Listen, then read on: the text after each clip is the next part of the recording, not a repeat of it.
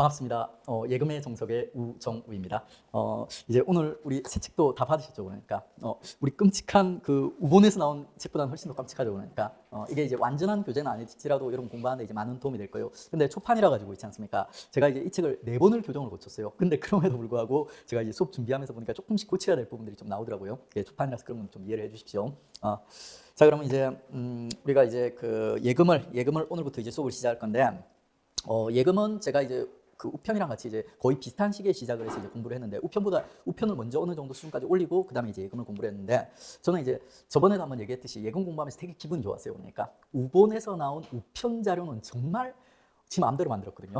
그러니까 막 책에도 안 잡혀 있고 단어도 막 이 단어 썼다가 저 단어 썼다가 막 이렇게 그리고 이제 전반적인 이제 책 퀄리티라든지 내용 같은 거 수준도 이제 상당히 낮아요. 그러니까 그래가지고 정말 이제 힘들게 공부를 하다가 예금책을 딱 펼치니까 일단은 줄글로 쓰여 있어서 되게 읽기는 힘들지 않습니까? 근데 이제 그럼에도 불구하고 내용 자체는 우편에 비해서는 훨씬 더 이제 정리가 되어 있더라고요. 그래가지고 공부하기 편해가지고 되게 이제 한바구음을 지으면서 이제 예금을 갖다 공부를 했는데 이걸 막상 이제 책으로 이렇게 편집을 갖다 하려고 보니까 저 같은 경우야 공부를 좀 많이 해본 경우지 않습니까? 그래가지고 이제 저 스스로 이 내용들을 갖다가 받아들일 수가 있어요. 소화해가지고. 근데 공부를 안 해보신 분들은 그거를 이렇게 그 줄글로 돼 있는 책들을 이렇게 정리해가지고 소화한다는 게 쉽지가 않거든요. 그래가지고 결국 이제 그 우편은 책을 안 만들었지만 예금은 이렇게 책을 갖다 만들었고 있죠.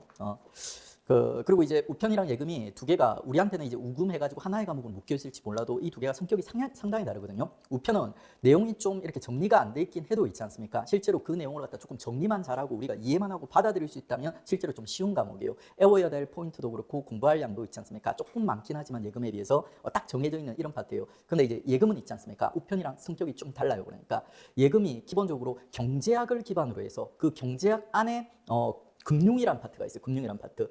그 금융 안에 예금이란 파트가 있거든요. 그래서 우리가 이제 예금을 갖다 공부하려면 있지 않습니까? 경제학에 대한 기본 지식도 어느 정도 필요하고 그 다음에 금융에 대한 기본 지식도 어느 정도 필요하고 있죠. 그 다음에 이제 예금으로 넘어가는 거예요. 그래서 우리 교재에서도 보시면 있지 않습니까? 자, 여기 그 교재 우본에서 나오는 이제 콘텐츠를 갖다 살펴보면 크게 이제 총 10개 파트로 나눠져 있는데 처음이 이제 1, 2, 3, 4, 5파트 있지 않습니까? 이게 첫 파트 1이 지금 경제예요. 그러니까 우리 예금의 가장 기본이 되는 있죠. 경제 파트에 관련된 기본적인 지식들. 그 다음에 파트 2, 3, 여기까지가 있지 않습니까? 그 금융과 관련된 있지 않습니까? 기본 지식들 이런 것들을 또 깔아주고 있어요. 그 다음에 이제 우체국 예금이랑은 다르지만 있지 않습니까? 예금과 관련된 일반 사항들 있죠. 이런 것들이 이제 파트 4에서 다뤄주고요. 그 다음에 파트 5는 현대 금융 있지 않습니까? 현대 금융이 특징이 전산화되어 있다는 거예요. 전자화되어 있다는 거예요. 그래가지고 이제 현대 금융에 있어서 새롭게 있지 않습니까? 한 50년, 100년 전이랑 비교했을 때 새롭게 등장한 전자금융과 관련된 내용들, 이게 이제 현대 금융의 특징이기 때문에 이런 파트들도 다시 한번 정리를 해주는 거고요. 그 요까지는 우리가 이제 관심이 있는 거는 우체국 금융이고 우체국 예금이지 않습니까? 그거를 갖다 들어가기 전에 있지 않습니까? 기본 지식들을 갖다 쫙 한번 이제 정리해 보는 거예요. 관련된 기본 지식들, 배경 지식들. 그리고 이제 파트 6, 7, 8 있지 않습니까? 이게 이제 본격적으로 이제 우체국 금융과 관련된 내용들을 갖다 다룰 거고요. 그리고 여기서 우체국 금융 중에서도 특히 우리 과목 이름이 우체국 예금이죠. 그러니까 예금이에요. 그 예금과 관련된 내용들, 상품들, 서비스들을 갖다 중심으로 해서 6, 7, 8에서 있지 않습니까? 주로 다루는 모습을 갖다 보게 될 거예요. 그 다음에 이제 파트 9랑 10 있지 않습니까? 이거는 전반적인 이제 그 금융과 관련된, 예금과 관련된 내부 관리와 관련된 좀 특이한 포인트들이 있죠. 뭐 내부 통제라든지 그리고 이제 예금자 보호라든지 이런 내용들 있지 않습니까? 이런 내용들, 좀 특수한 내용들, 관리와 관련된 특수한 내용들을 마지막에 이제 파트 9랑 이제 10에서 이제 정리를 해주더라고요. 그래서 크게 이제 예금 파트 10개 파트를 갖다 우리가 구별해 보면 제가 이제 요게 1부, 그리고 이제 요 우체국과 관련된 내용이 2부, 그리고 이제 3부는 내부 이제 관리와 관련된 이런 특수한 내용들을 또 다루면서 이렇게 이제 크게 3개 파트로 이루어져 있다고 보시면 돼요. 자, 이렇게 이제 보듯이 경제학부터 해서 금융과 관련된 지식부터 접근해가지고 이제 그 우편 예금으로 이제 접근해 가거든요. 그래서 이게 그 예금은 있지 않습니까? 우편이랑 다르게 약간 여러분이 취사 선택을 해줘야 돼요. 우편은 그냥 책에 나오는 거 있지 않습니까? 다 공부하면 돼요. 그러니까 전부 다 시험 문제고 범위예요. 그러니까. 근데 예금 같은 경우는 그 되게 범주가 넓은 있지 않습니까? 우편이라든지 금융을 갖다가 깔아주고 그다음에 예금으로 접근하는 방식이거든요. 근데 이걸 갖다 학생들 보고 그냥 이제 베이스로 어느 정도 배경 지식을 쌓으라고 이제 그 경제학이라든지 그리고 또 그러니까 금융이라든지 이런 지식을 갖다 여러분한테 소개를 해드리는데 여러분이 이걸 갖다 만약에 정석으로 접근하려고 하지 않습니까? 그러면 이게 되게 공부 범위가 넓어질 수가 있어요. 실제 경제학 1장만 해도 있지 않습니까? 여러분이 제대로 이해하고 공부를 하려면 이게 며칠을 공부해야 되거든요. 며칠을 공부해야 돼요. 며칠 한 달 정도는 이제 공부를 해야 될 거예요. 그러니까 이 파트만 해도. 근데 그 이 일장을 소개해 준 거는 대략 이제 어느 정도 이제 서론격으로 이제 배경 지식을 깔고 이 경제로부터 금융이 나오고 금융에서 이렇게 예금이 파생되었다 이런 맥락에서 이제 보여주려고 경제를 소개시켜 드린 거지. 여러분한테 이제 전문적인 이제 경제적인 지식을 갖다가 요구하기 위해서 이걸 갖다 깔아준 건 아니에요. 그러니까 이제 파트 1 같은 경우는 여러분 너무 장하게 접근하지 마십시오. 그러니까 파트 1을 완벽하게 공부하려면 공부 시간이 엄청 많이 들고 거기다가 여러분 파트 1에서 있지 않습니까? 시험 문제가 나온 적이 있을까요? 없을까요? 있을까요? 없을까요? 파트 1. 나와요. 그러니까 나오는데 딱 우리 그 예금이랑 관련된 파트만 나와요. 어떤 파트가 나오냐면 바로 금리가 나와요. 금리는 우리 예금 있지 않습니까? 금융이랑 직접적인 관련된 경제 지표거든요. 그러니까 요거는 나오는데 일반적인 경제 상식이라든지 이런 것들 있지 않습니까? 이런 것들은 한 문제도 출제된 적이 없어요. 지금 15년 동안.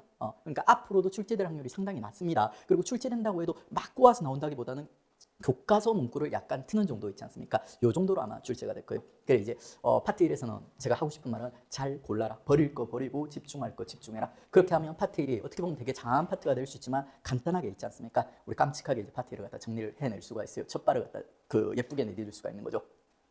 자, 그러면 이제 파트 1부터 해가지고 있죠. 우리 1부에 이제 파트 1부터 해가지고 하나씩 이제 접근해 가도록 하죠. 그러니까 1부가 이제 그 예금의 이제 기초예요. 예금 기초에 보시면은 우리 이제 뭐 경제와 관련된 내용, 금융과 관련된 내용, 그리고 이제 예금과 관련된 이런 우체국 그 직접적인 우체국 업무가 아니지만 우체국 예금을 갖다 접근하기 위한 있지 않습니까? 기본 지식들이 이제 파트 1에서부터 파트 5까지 구성이 되어 있습니다. 화면 좀 예쁘지 않습니까? 제가 어제 엄청 신경을 썼습니다. 근데 이걸 이렇게 이제 예쁘게 만들려다 보니까 시간이 엄청 많이 걸리더라고요. 그래가지고 이제 결국 이제 만들다 어느 순간 가면은 갑자기 화면이 팍 바뀌게 될 거예요. 만들다가 시간이 부족해가지고 이렇게 만들다가는 내일 수업을 갖다 진도를 못 맞추겠다 이런 생각이 들더라고요. 그래가지고 이제 중간에 어쩔 수 없이 디자인을 포기하고 예쁜 거 포기하고 그냥 내용만 이제 충실하게 이렇게 바뀌는 시점이 오게 될 거예요. 그러니까. 근데 이제 그걸 그 바꾸는 선택을 갖다가 제가 조금 빨리 했어야 되는데 있지 않습니까? 좀 늦게 해가지고 어제 제가 거의 잠을 못 잤어요. 어제 오늘 새벽 4시에 일어나가지고 이 작업해가지고 좀 전에 거의 마무리하고 지금 딱 왔습니다. 그러니까. 자, 그러면 이제 그 예금의 이제 기초 첫 번째 파트 이제 들어가도록 하겠습니다. 첫 번째 파트 이름이 국민 경제의 순환과 금융의 역할이라고 되어 있어요. 우리 경제학 원론 같은 거 경제와 관련된 원론 그 책 첫 파트 보면 항상 이게 나와요. 경제의 순환과 관련된 내용. 큰 그림부터 이제 먼저 그리자는 거죠. 그 안에 보시면은 자, 국민 경제의 순환과 금융의 연결. 우리가 결국 가고 싶은 거는 국민 경제의 순환이 아니라 경제가 아니라 금융이거든요. 요 경제와 관련된 기본적인 그 지식을 소개해 주면서 그다음에 있지 않습니까? 이게 금융이랑 어떻게 연결되어 있는가? 금융이 이 경제 그 시스템 내에서 어떻게 작용하는가 그걸 얘기하고 싶은 거예요. 근데 학생들 여기 엄청 깊이까지 파고 있습니다. 그러니까 너무 깊이까지 들어가지 마세요. 결국 하고 싶은 얘기는 이 금융으로 뻗어나오고 싶은 거예요. 그리고 이 금융에서 우리가 진짜 하고 싶은 얘기는 또 예금을 얘기하고 싶은 거고요. 그래가지고 이제 적당히 교재에 나와 있으니까 완전 무시하지는 못하지만 너무 깊이는 들어갈 필요가 없다. 그리고 이제 두 번째 섹션이 있지 않습니까? 주요 금융 경제 지표, 경제의 상황을 갖다 잘 보여주는 있죠. 세 가지 지표를 우리가 다루게 돼 있어요. 금리와 환율과 주가. 그러니까 이 세 개 중에 딱 봐도 우리 업무랑 뭐가 제일 관련이 깊어요? 금리죠. 그러니까 그래서 금리에서 지금 계속 일장 문제가 출제되고 있어요. 금리만 출제됐어요. 지금까지 15년 동안. 그러니까 앞으로 이런 애들이 출제될 여지가 있긴 했어요. 만약에 20문제로 늘어나면 있죠. 지금까지 내던 범주에서는 20문제를 채우기 어려워요. 그러니까 그럼 그때 가면은 이런 애들까지도 뻗어나갈 수 있어요. 그러니까 근데 지금 10문제인 상태에서는 제가 봤을 때는 아직도 이제 금리 쪽에서 나올 확률이 높고 환율과 주가는 이제 어느 정도 배경 지식 쪽에서 가장 중요한 내용들만 교재에 나와 있는 거, 교재에 나와 있는 내용을 응용하려고 하지 마세요. 교재에 나와 있는 내용 정도까지만 있지 않습니까? 그 내용 중에서도 중요한 내용까지만 우리가 이제 챙겨가도록 하죠. 그다음에 이제 세 번째 이제 본격적으로 이제 금융으로 이제 넘어갑니다. 그러니까 금융시장. 그 세 번째 파트는 금융시장은 제가 봤을 때는 그 파트 2에 들어갔으면 더 좋았을 건데 파트 2가 금융회사라든지 그리고 금융상품 이렇게 나오거든요. 본격적으로 이제 금융과 관련된 논의가 시작되는 게 파트 2예요. 그래서 파트 2에 분류를 했으면 더 좋았을 건데 파트 1에다 이제 분류를 해놨더라고요. 자, 이렇게 이제 파트 1에 있지 않습니까? 세 가지 이제 섹션이 나눠지고요. 순서대로 우리는 이제 첫 번째 우리 시험이랑은 좀 거리가 멀지만 있지 않습니까? 경제와 관련된 기초 지식 들어갔다 한번 확인해 보겠습니다. 이거 장하게 설명하면 오늘 하루 종일 이거 설명해야 돼요. 그러니까 근데 저는 그렇게 설명할 생각이 없어요. 그러니까 좀 간단하게 제가 정리를 해드리겠습니다. 자, 3대 경제 주체가 있어요. 가계 그리고 기업 정부예요. 제가 뭘 제일 늦게 얘기했어요? 정부를 제일 늦게 얘기했죠. 이 말은 정부가 제일 안 중요해요. 이게 경제에서 가장 중요한 두 개의 주체는 가계, 여러분들, 그리고 이제 또 하나는 이제 기업입니다. 이 둘이 있지 않습니까? 경제에 있어서 주인공이고 이 둘이 어디서 만나서 서로 상호작용을 하냐면 시장에서 만나서 상호작용을 하는 거예요. 시장에서. 근데 이 시장이라는 거는 있지 않습니까? 경제 주체는 딱 정해져 있지만 시장은 정말 다양하고 많은 시장이 있을 수 있습니다. 경제학에서 가장 대표적인 생선 요소 시장과 생산물 시장이 있고요. 요거 말고도 우리 좀 이따 보게 될 건데 자본 시장이 있고 또 환율 시장이 있고 그리고 그냥 이름만 붙이면 그냥 시장이에요. 이름만 붙이면 시장이에요. 시장은 정말 다양한 시장이 있어요. 근데 그 다양한 시장들 중에 있죠. 경제학에서 가장 기본적인 두 개의 시장이 지금 생산이 붙은 요 두 개의 시장이에요. 하나가 있지 않습니까? 생산 요소 시장이라는 곳이에요. 이 생산 요소 시장은 있지 않습니까? 생산물을 만들어내는 시장입니다. 근데 여러분 그냥 제 방금 설명을 무시하고 여러분 판단해 보세요. 생산물이 만들어지는 시장은 생산 요소 시장일 것 같아요. 생산물 시장일 것 같아요. 생산물 시장일 것 같죠. 근데 그게 아니에요. 이거를 우리 시험에서 정확하게 언급하지 않았기 때문에 시험에서는 안 나오는데 여러분이 경제를 이해하려면 이거는 구별해야 됩니다. 그러니까 생산물을 만드는 시장은 여기예요. 그리고 여기서는 그럼 뭐하냐? 여기서 만들어진 생산물을 갖다가 판매하는 시장이에요. 소비자한테 판매하는 시장이에요. 요 생산 요소 시장이라는 곳에서 토지, 자본, 노동력 이런 것들을 갖다가 바탕으로 해서 생산물을 만드는 거예요. 요게 인풋이면 아웃풋으로 나오는 게 바로 생산물이 되는 거예요. 그러면 그 아웃풋 가지고 여기서 갖다 파는 거예요. 그러니까 그리고 팔아서 돈을 버는 거죠. 그러니까 그게 이제 경제의 기본적인 시스템입니다. 자, 그리고 그러면 그 기본적인 경제 주체에 대해서 살펴봤고, 그 다음에 경제 있지 않습니까? 경제 활동의 3단계 있지 않습니까? 경제 주요 활동이 있어요. 그러니까 그 3단계 활동이 뭐냐면 1단계가 먼저 경제 활동을 하려면 생산부터 해야 되겠죠. 생산이요. 그러니까 생산. 여기서 생산이 이루어져요. 그러니까 여기서 이런 토지, 노동, 자본 얘들을 생산 요소라고 부르거든요. 이런 생산 요소랑 그 다음에 원료 같은 거 있지 않습니까? 이런 게 결합해가지고 여기서 생산물이 나오는 거예요.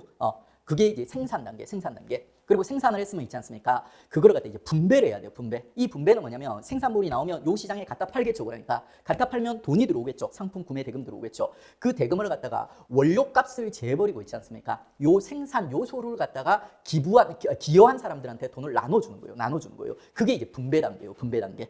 그리고 분배를 했으면 뭐 가게라든지 기업이라든지 돈이 좀 생겼겠죠. 그러니까 그럼 그 생긴 돈으로 뭐라 하냐면 지출하는 거예요. 일명 생분지 3단계 해가지고 이건 생으로 암기하는 거예요. 생분지 3단계. 요거 암기해 놓으면 되게 유용하게 쓸 수 있어요. 생분지 3단계에서 경제활동이 3단계 경제활동 전체를 갖다 3단계로 있지 않습니까? 구별하는 경제활동의 생산 그리고 분배 지출의 단계로 이루어진다. 나중에 여러분들 국민소득 이름이 뭐였더라 정확하게 한번 볼까요? 국민소득 3면 등가의 원칙 이런 거 배우거든요. 그게 바로 이 세 개가 같다는 거예요.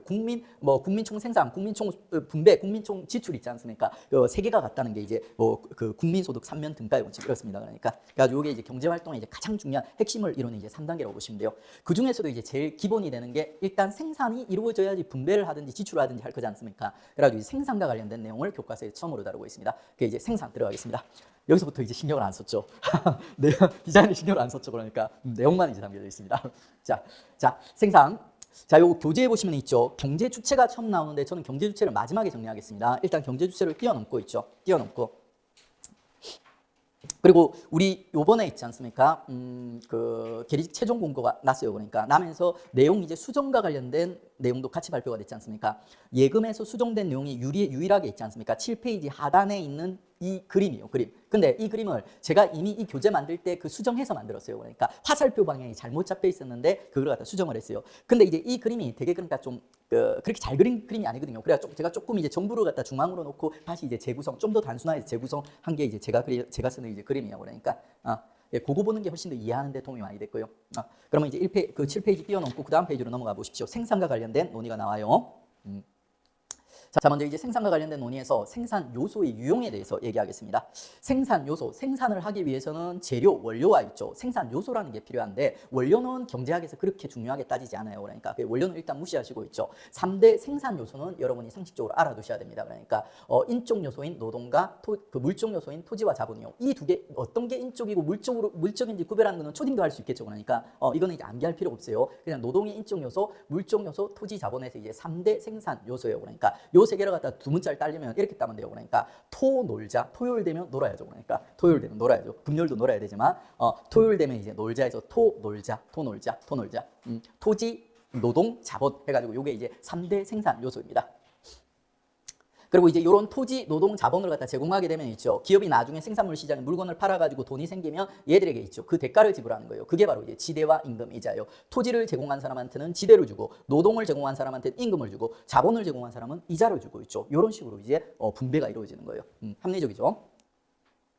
자, 그 다음에 생산 요소에 대해서 조금 더 알아보겠습니다. 자, 생산 요소가 재료랑은 다른 특징이 하나 있어요. 재료. 원래 생산을 하기 위해서는 생산 요소와 재료가 같이 필요하거든요. 근데 재료는 경제학에서 크게 중요하게 따지지 않습니다. 그러니까 이 생산 요소를 더 중요하게 평가를 하고 시험에서 언급을 하는데, 이 생산 요소가 일반 재료들, 원자재라든지 원재료라든지 중간재랑은 다른 특이한 특징이 하나 있어요. 그 특징이 뭐냐면 비소멸성이에요. 이런 재료들은 생산 과정에서 한 번 쓰면 소멸돼 버리거든요. 그런데 이런 생산 요소, 토지라든지 자본이라든지 있지 않습니까? 노동력은 생산 과정에 투입된 이후에도 소멸되지 않고 다음 회차에 다시 재투입할 수 있다는 특징이 있습니다. 그러니까 이게 이제 생산 요소들의 특징이에요. 그러니까 재료랑은 구별되는.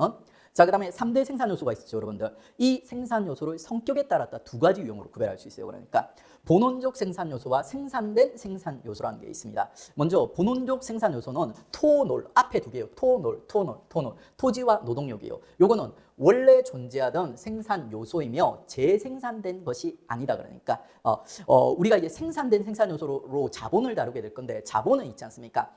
생산 과정에서 나온 산물로 보고, 산출물로 보고 있어요. 근데 노동이라든지 토지는 있죠. 원래부터 존재했다고 보고 있기 때문에 요 두 개를 갖다 성격을 나누는 거예요. 노동과 토지는 본원적 생산 요소라고 부르고 있죠. 요 자본은 있지 않습니까? 자본은 생산된 생산 요소라고 부릅니다. 그러니까 왜 그러냐면, 이 자본이란 게 어떻게 나오냐면, 기업이 있지 않습니까? 물건, 생산물이 여기서 아웃풋으로 나오죠. 그러니까 나오면 이걸 갖다 시장에 팔지 않습니까? 시장에 팔게 되면은 기업은 재료값을 제해버리고 있죠. 나머지 소득을 갖다 얘한테 나눠주게 되거든요. 그러면 이제 이 가게가 있지 않습니까? 이걸 갖다 나중에 지출을 하게 돼요. 근데 전부 다 지출을 하는 게 아니라, 소비를 해버리는 게 아니라 일부를 저축을 하게 되거든요. 그 저축한 게 다시 자본이 돼가지고 있죠. 자, 다시 생산 요소로서, 자본으로서 되돌아오는 모습을 갖다 보여주게 됩니다. 그렇기 때문에 이 자본이라는 건 있죠. 생산 과정에서 발생되었다 해가지고 생산된 생산 요소라고 부르는 거예요. 깊이까지 솔직히 이해할 필요 없이, 노동 토지는 본원적, 원래부터 있었던, 그리고 자본은 생산 과정에서 발생된 것이다. 그래서 생산된 생산 요소라고 부릅니다. 이까지 알면 끝이에요. 그러니까 더 깊이 들어갈 필요 없습니다. 자, 그 다음에 이제 이런 생산 요소랑 재료를 통해서 생산물을 만들었죠. 어떤 생산물을 갖다 만들었는지 우리 보도록 하겠습니다. 자, 크게 두 개, 재화와 용역. 용역은 서비스라고도 부릅니다. 자, 이게 교과서에서 되게 구질구질하게 설명하고 있는데 있지 않습니까? 이 두 개를 구별하는, 이 두 개를 개념 짓는 핵심 포인트는, 얘는 물건이고 있지 않습니까? 얘는 행위예요, 행위. 재화는 있죠. 사람들이 사고 싶어하는, 필요로 하는 물건이요, 물건. 이런 구질구질한 설명 따위 필요 없어요. 그러니까 그 다음에 용역 서비스는 사람들이 필요로 하는, 사고 싶어하는 행위예요. 그러니까 그게 용역이고 그게 재화예요. 그러니까 여러분이 시장에서 물건을 사기도 하지만 어떤 서비스를 제공받고 돈을 지불하기도 하지 않습니까? 지금 강의도 그렇잖아요. 그러니까 그런 거예요. 그게 이제 재화와 용역 생산물입니다. 요런 이제 그 재화와 용역 서비스를 갖다 이 생산물 시장에 기업이 제공을 하는 거예요. 그럼 그 대가로 이제 상품 대금을 갖다 기업에 지불을 하게 되는 거죠. 이런 식으로 이제 돌아가는 겁니다. 자, 그다음에 이 기타 보겠습니다. 기타가 조금 까다로운데 결국에는 얘도 되게 우리가 알고 있는 그 지식이 조금 더 확장돼 가는 것뿐이에요. 여기 보면 이제 부가가치라는 게 나오죠. 부가가치는 뭐냐면 생산 요소가 투입되면 생산 과정에서 투입된 생산 요소가 투입되면서 생산 과정에 투입된 양을 초과하는 생산량이 산출되었다. 이게 무슨 말이냐면, 이 물건을 생산하기 위해서 토지, 노동, 자본이 들어가고 그다음에 원재료가 들어가죠. 재료가 들어가죠. 근데 그 재료를 합해 가지고 물건을 만들어서 팔았어. 근데 그 팔고 나서 있지 않습니까? 팔고 나서 이제 기업에 돈이 들어올 거잖아요. 돈. 그 돈이 재료값보다 이제 더 많이 나오는 거예요.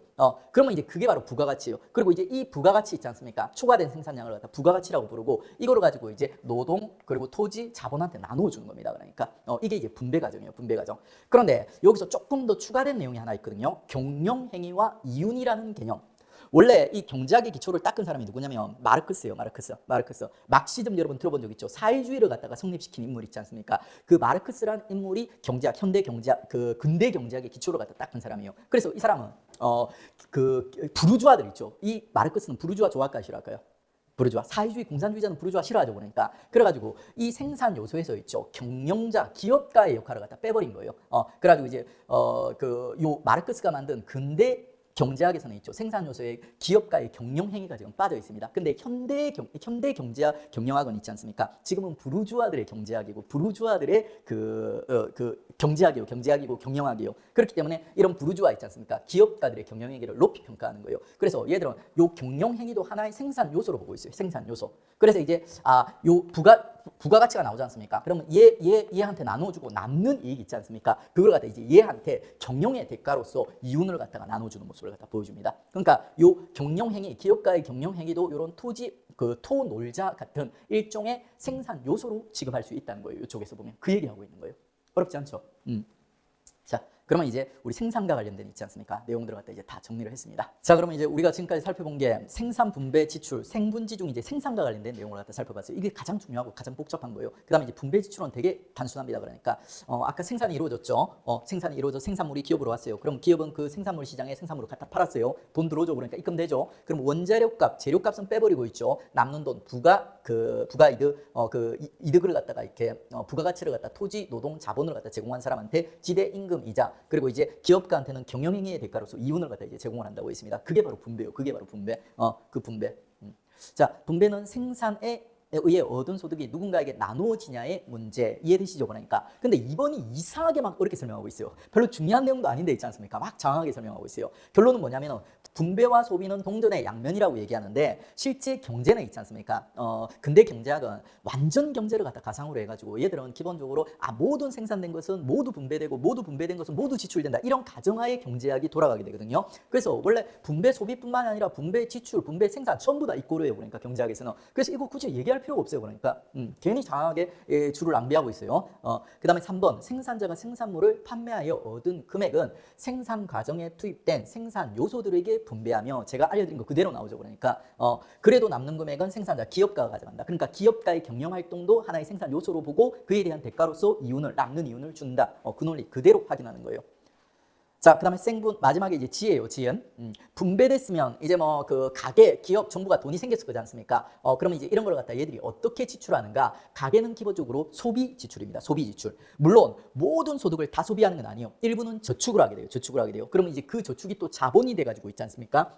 생산 요소로 활동하게 되는 모습을 보게 될 건데 기본적으로 이제 가계 지출은 소비 지출이요. 그리고 기업은 있지 않습니까? 투자를 합니다. 기업은 욕심쟁이요. 돈 남으면 그냥 투자해서 기업을 갖다 더 키우려는 모습을 보여줘요. 그다음에 정부는 있지 않습니까? 재정 지출을 하는데 재정 지출이 뭐냐면은 공공 서비스를 제공한다든지 뭐 이런 거예요. 그러니까 그럼 얘들 돈은 어디서 생기냐? 얘들한테 세금 빙 드는 거예요. 세금 빙 드는 거예요. 세금 빙 뜯어가지고 공공재 같은 거 이제 제공을 하는 게 이제 정부입니다. 그러니까 약간 이제 요 3대 주체 중에서 약간 조형격에 속합니다.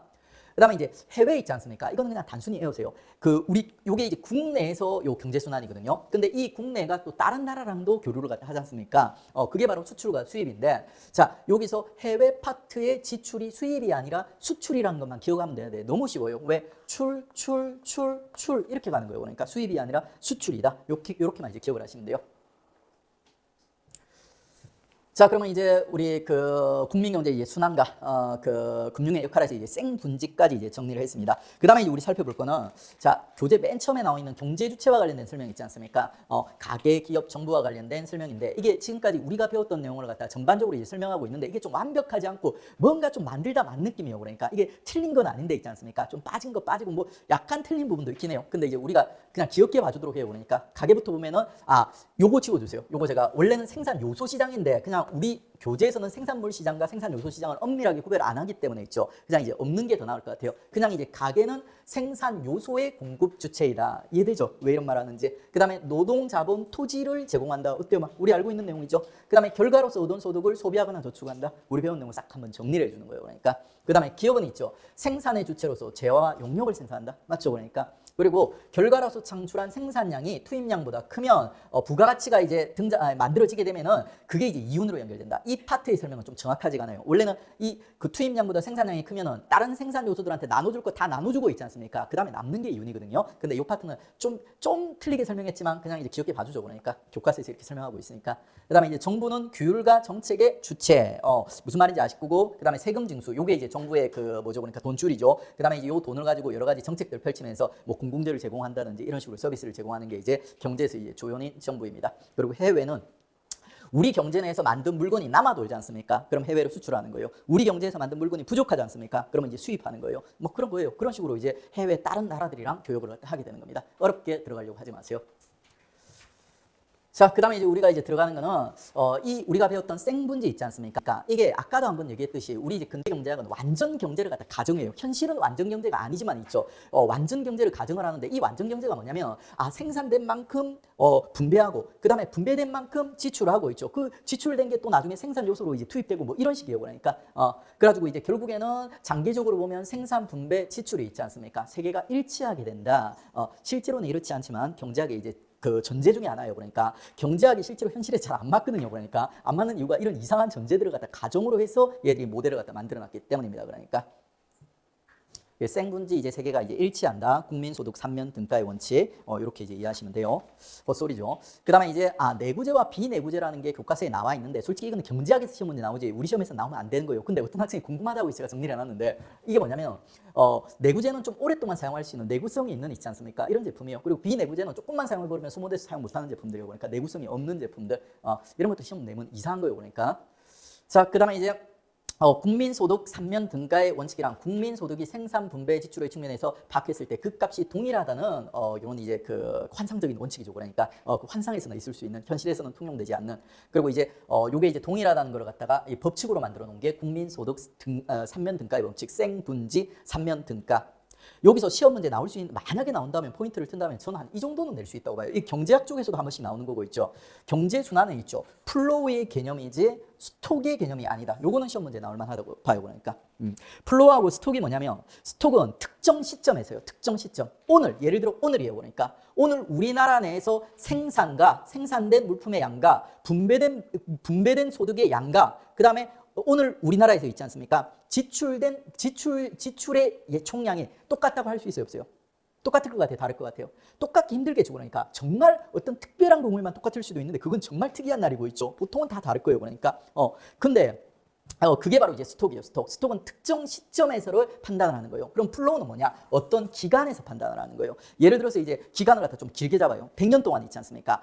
생산된 모든 물건은 아마 대략 100년 동안 거의 다 소비됐을 거고 그리고 100년 동안 대부분 분배됐을 거다. 이런 느낌이에요. 그러니까 플로우는 있지 않습니까? 어떤 특정 시점이 아니라 기간이 있지 않습니까? 기간, 흐름이라든지 기간을 갖다 바탕으로 이제 판단을 하는 거예요. 이게 국민소득 3면 등가의 법칙은 특정 시점에서 판단하는 게 아니라 우리 인류 역사의 이제 경제 교류가 시작된 시점부터 어떻게 보면 끝나는 시점까지 결국에는 만들어진 모든 물건은 결국에는 분배가 될 거고 분배된 모든 물건은 사용이 될 거다 있지 않습니까? 그런 과정이에요. 그런 과정. 그게 이제 플로우라는 느낌입니다. 그러니까 스톡이랑 차이입니다. 여러분이 생각했을 때는 경제 3면 등가 법칙은 스톡에 가까운 것 같아요? 플로우에 가까운 것 같아요? 여러분이 생각해도 플로우에 가깝죠. 그러니까 그래서 이제 스톡이 아니라 플로우다. 국민 경제 순환. 요 정도만 이제 구별하시면 돼요.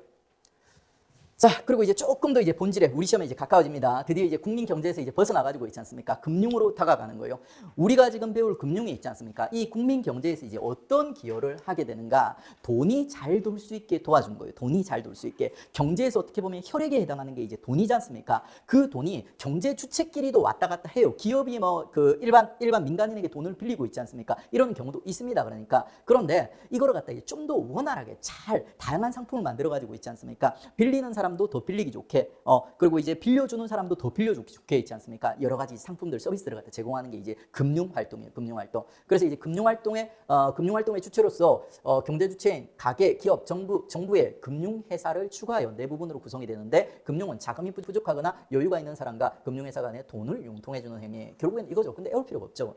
그다음에 여기서 그나마 이제 특징이 되는 내용이 하나 나와요. 그러니까 금융회사는 그 자신이 최종적 자금 수요자나 자금 공급자가 아니라 있지 않습니까? 금융의 중개 기능을 수행한다는 점이 특징이다. 이게 금융이죠. 그러니까 금융은 경제 혈액피라고 할 수 있는 돈 있지 않습니까? 돈이 잘 돌아갈 수 있도록 중간에서 이제 도와주는 역할을 하기 위해서 등장했다는 겁니다. 그러니까 그다음에 이제 이런 금융활동의 다양한 유형이 있는데 금융활동의 주체에 따른 구별, 뭐 소비자 금융, 기업 금융, 뭐 정부 금융 활동 이런 게 있다. 그냥 있다 이렇게 보시면 돼요. 뭐 중요하겠습니까 이게? 그다음에 이제 금융회사의 경유 여부 무슨 말이냐? 이 금융은 기업이 없을 때 이 금융이라는 거는 금융회사가 없을 때도 이미 일정 부분 이루어졌어요. 개인 간에도 돈 빌리고 받고 이렇게 할 수 있지 않습니까? 그래가지고 이제 금융기관을 갖다 경유하는 금융과 금융기관을 경유하지 않는 금융이 있는 거예요. 그러니까 그 두 개를 갖다 나누는 겁니다. 기업 금융 중에 있죠. 외상 매출이라든지 외상 매입, 그리고 이제 기업 간의 신용이나 주식 발행 있죠. 이런 상품들은 금융회사를 갖다 거치지 않고 있죠. 직접적으로 기업이 돈을 빌려주는 사람이랑 이렇게 이제 거래를 갖다 하는 거예요. 그러니까 제가 이제 어떤 가게에서 외상으로 이제 음식을 먹고 싶은 거예요. 은행 거쳐야 돼요, 안 거쳐야 돼요? 은행 안 거치고 그냥 아줌마랑 얘기 잘 해가지고 있죠. 제가 내일 드릴게요 이렇게 하면 되죠. 그러니까 그거 얘기하는 거예요. 그다음에 이제 2번은 마지막에 볼게요. 요거랑 비교해서 봐야 되거든요. 그다음에 이제 그 경유하는 경우는 어떤 경우가 있나 봅시다. 단기, 장기에 은행찰, 결국 은행이지 않습니까? 은행에 돈을 빌린다는 얘기예요. 그다음에 이제 상업 어음이라는 건 있지 않습니까? 기업에서 종이 쪼가리를 하나 써주는 거예요. 종이 쪼가리. 내가 맨날 며칠까지 돈을 갚을게 하는 각서 같은 걸 하나 쓰는 거예요. 그러니까 근데 그 각서 어음을 갖다 딱 발행해 가지고 있죠. 요거를 갖다가 은행에 파는 거예요. 은행에 파는 거예요. 그게 바로 이제 은행에 파는데 원래 이 어음에 적혀 있는 가격이 100만 원이면 야, 내가 이거 100만 원 빌리고 나중에 1년 뒤에 100만 원 줄게. 이러면 은행이 살까요, 안 살까요? 은행이 호구해요. 안 사겠죠. 그러니까 그래가지고 은행한테 할인을 해줘야지 은행이 사는 거예요. 아, 이거 내가 나중에 100만 원 줄 건데 지금 너네 90만 원만 주면 돼. 그럼 나중에 내가 1년 뒤에 100만 원 줄게. 10%를 할인해 준 거죠. 그러니까 이게 바로 어음의 할인이에요. 어음의 할인. 그러니까 요거 역시도 은행 차입이랑 마찬가지겠죠. 은행을 통해 가지고 기업이 이제 돈을 마련하는 거예요. 그렇기 때문에 이제 경유하는 케이스로 들어가게 되는 거죠.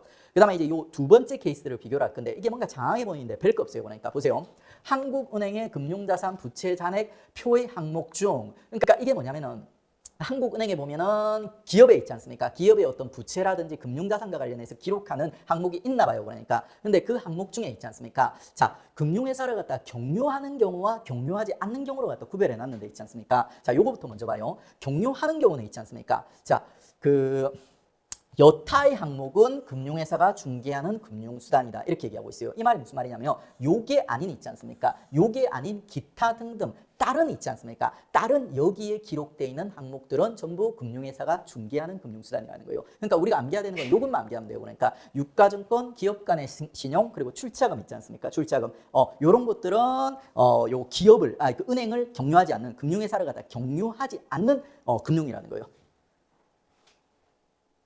유가증권은 뭐 수표 같은 거 있죠. 수표라든지 뭐 여러 가지가 있어요. 뭐 채권도 있고 주식도 그 유가증권이 될 수가 있습니다. 그러니까 가치를 갖는 증서 이런 거라고 보면 돼요. 그리고 기업 간 신용은 있죠. 기업이 가지고 있는 신용을 바탕으로 해가지고 돈을 빌리는 거예요. 근데 기업 간 신용은 이게 포장지랑 그 내면이 달라요. 이름을 딱 봤을 때 느껴지는 느낌이랑 그 안에 담겨있는 내용이 다르거든요. 그래서 이건 시험 문제 내기가 좋아요. 그래서 밑에 보면 부가 설명이 나와 있어요. 그러니까 뒤쪽에 볼 거고요. 그 다음에 출자금은 그 기업의 주인이 있지 않습니까? 주인이 기업에 이제 투자를 하는 거예요. 그러니까 기업에 이제 투자하는 초기 자금 뭐 이런 거라고 보시면 되는 거예요. 이런 것들은 전부 이제 은행을 안 거치고 있지 않습니까? 이렇게 이제 그 이용되는 금융이라고 보시면 돼요. 그러니까 근데 뭐 이 방금 제가 의미를 설명해 드렸는데 기업 간 신용 빼고는 있지 않습니까? 굳이 그 의미를 정확하게 파고들지 않아도 괜찮아요. 그러니까 요 세 개가 이제 경유하지 않는 있죠. 금융이고 그다음에 나머지 애들은 있죠. 기본적으로 금융회사가 이제 중개하는 금융수단으로 구별된다. 이렇게 이제 정리를 해놓으시면 됩니다. 그다음에 이제 기업 간 신용이 요게 시험 문제가 내기가 좋아요. 내기 좋은 이유가 포장지랑 안에 담겨 있는 게 다른 거예요. 그러니까 지금 보시면 기업 간 신용이라는 용어는 기업 간의 외상 매출 또는 외상 매입에 수반되는 채권 채무. 요까지는 우리가 기업 간 신용이라는 단어랑 거의 일치하죠. 그러니까 기업 간의 외상이라든지 외상으로 물건을 사고 파는 거 이런 것들 있죠. 거의 일치해요. 근데 이번이 우리가 이 이름에서 상상했던 거랑은 다른 내용이 나와요. 그러니까 기업 간 신용이니까 기업하고 기업 간에만 이렇게 외상 매출 같은 게 들어갈 것 같죠. 근데 그게 아니에요. 기업과 가게, 기업과 정부 사이에 발생하는 기업의 영업 활동에 수반하는 자금도 포함한다는 거예요. 그러니까 기업과 이제 개인 사이의 할부 판매 있지 않습니까? 이런 것도 전부 기업 간 신용에 들어간다는 거예요. 우리 이름을 보면은 이럴 것 같아요? 안 이럴 것 같아요? 안 이럴 것 같죠. 그러니까 기업 간에만 어떤 이제 할부라든지 이런 거를 갖다가 포함될 것 같은데 뜻밖의 있지 않습니까? 기업과 개인, 기업과 정부와의 발생하는 있지 않습니까? 이런 이제 자금의 대차도 이제 포함이 된다는 거예요. 대차는 빌려주고 빌려가는 걸 얘기하는 겁니다. 이런 거는 우리가 이제 신경 써서 암기를 해놔야 되죠. 만약에 이제 요게 우리 지금까지 시험에 안 나왔던 거 있죠. 섹션 1 이런 데 시험 나온 다음에 요런 포인트 잡아서 시험 문제가 나오겠죠. 그러니까.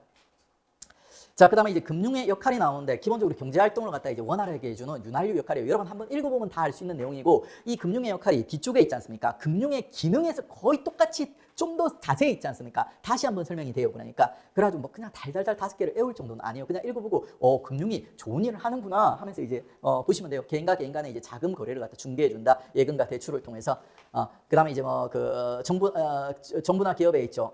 국채나 회사채 채권을 갖다 발행해 주는 거예요. 그래가지고 얘들이 이제 자금이 필요할 때 자금을 마련할 수 있도록 도와주는 거고요. 그다음에 뭐 거래 비용의 절감, 뭐 신용카드라든지 이런 걸 갖다 통해 가지고 별로 이제 별도의 비용을 들이지 않고 있지 않습니까? 거래를 갖다 간편하게 빠르게 할 수 있도록 도와주는 거예요. 가계 자산에 대한 관리, 뭐 자산의 이제 운용, 뭐 투자라든지 뭐 이런 것도 필요할 때 빌릴 수도 있게 해주고 이렇게 해주는 거죠. 그러니까 그다음에 자금의 효율적인 배분, 이자를 갖다 통해 가지고 이제 돈을 갖다 더 많이 필요로 하는 사람들한테 합리적으로 이제 배분해 줄 수 있다는 거예요. 뭐 크게 중요하지 않습니다. 그다음에 금융 위험 관리 수단을 제공, 분산 투자로 투자의 위험을 줄일 수 있다. 다양한 금융 상품을 통한 있지 않습니까? 분산 투자 같은 걸 통해서 이제 또 투자 위험도 줄일 수 있고 뭐 여러 가지 좋은 일들을 갖다 한다는 거예요. 금융이란 분이 훌륭한 분이라는 얘기예요. 그러면 이제 관련된 문제를 한번 풀어보겠습니다. 관련된 기출이 없다고 했죠, 그러니까. 그래가지고 제가 이제 교과서에 딱 나오는 문구만을 바탕으로 해서 있지 않습니까? 문제를 만들었어요. 근데 이제 약간 뭐 쉽지는 않게 만들었습니다. 한번 이제 같이 풀어보도록 하죠. 두 문제, 옳은 거 이제 두 개 고르는 거예요. 생산 과정에 투입된 생산 요소는 인적 요소와 물적 요소로 나눌 수 있는데, 전반부까지는 맞죠, 그러니까. 전자는 노동이며 후자는 토지와 중간재 그리고 원재료가 포함되어 있다. 맞아요, 들려요?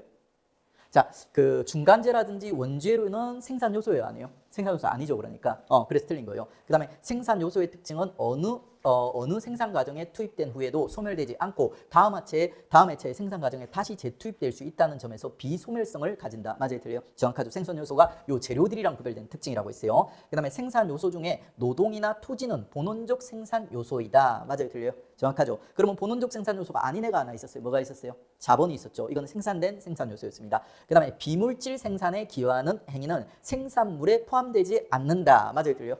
비물질 생산에 기여하는 행위 있지 않습니까? 이것도 용역 서비스로서 있지 않습니까?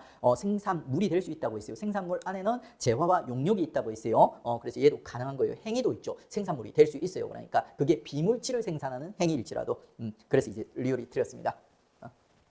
딱 교과서에 나오는 문구 있지 않습니까? 그걸로 이제 주로 이제 경제학에서 트는 포인트들만 잡아가지고 이제 튼 거예요. 이런 문제가 출제되기가 쉽지는 않지만 만약에 이 파트에서 출제된다면 이런 형태로 문제가 출제가 될 거예요. 자, 그러면 이제 우리가 이제 국민 경제 이제 순환과 금융의 이제 연결과 관련된 있지 않습니까? 첫 번째 섹션을 갖다 이제 정리를 했습니다. 첫 시간 여기까지 하고 있죠. 쉬었다 두 번째 시간 나가도록 하겠습니다.